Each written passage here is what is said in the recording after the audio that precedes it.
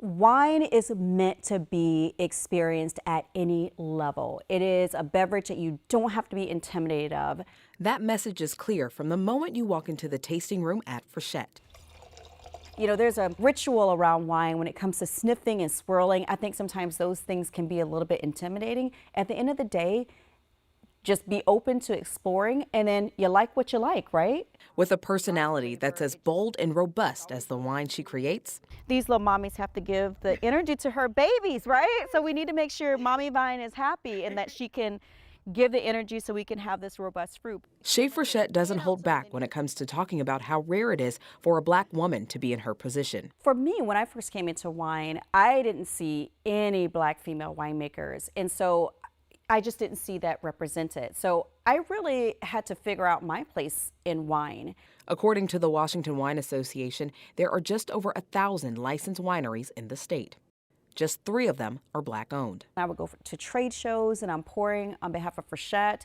Sometimes I was the only Black person in the room, and I totally noticed that, and I felt like other people noticed that too. I was at an event, and this was an event that I helped plan, and I'm welcoming a gentleman, and within 20 seconds he had said to me, "I'm more interested in talking to the winemakers." And that was interesting to me because it was just like, well, what about me made you feel like I couldn't be a winemaker? What else am I to think? Was it because I was Black? Was it because I was a woman? Shea and her husband Greg started Frechette 9 years ago after deciding to move to Tri-Cities not long after the birth of their son. So I grew up in a dry household, so I wasn't exposed to wine or fine wine or much alcohol. So coming into this is really new for me, it's new for my family. There's no doubt that they're proud.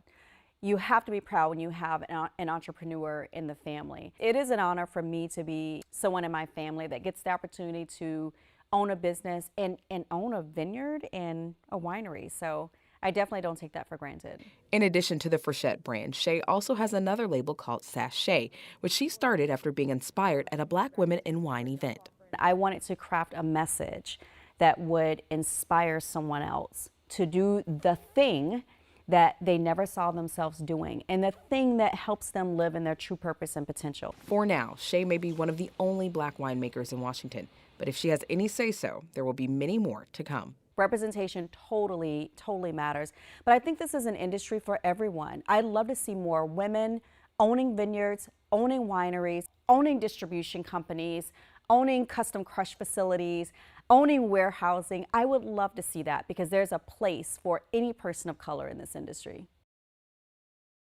I just love Shea. We were just admiring her. She just has this aura about her that brings so much joy, and you can just see the passion radiates from her. Absolutely, and she's so incredibly knowledgeable. Like the minute you walk into their tasting room, she's there greeting you and asking you questions about, hey, well, what kind of foods do you like? Or what do you normally like to drink outside of wine? So she's really good at narrowing down little bitty things that you say to find that right fit in wine for you, which is really awesome. And it's just great also customer service too, to get to know your customers. And she's probably asking those things because she's probably wondering what their taste palette is like. You know, what do they like to pair things with? Exactly. Such a good point, Tim. So now, I mentioned in that story, of course, about the Washington Wine Commission. I did reach out to Idaho as well, and they told me that there aren't any Black-owned wineries in Idaho. However, there are 3 wineries here in Washington, 2 winemakers. So just wanted to make that distinction because it is a little bit different. Sure. Well, you know, and I love what she had to say that, you know, this is, while the industry isn't extremely diverse, anyone can get into something like this. Exactly. She put in a lot of hard work, and we love that she is representing and, being a trailblazer. Absolutely. She's working incredibly hard through her social media networks as well to try and just promote that inclusivity really within the industry. I love it.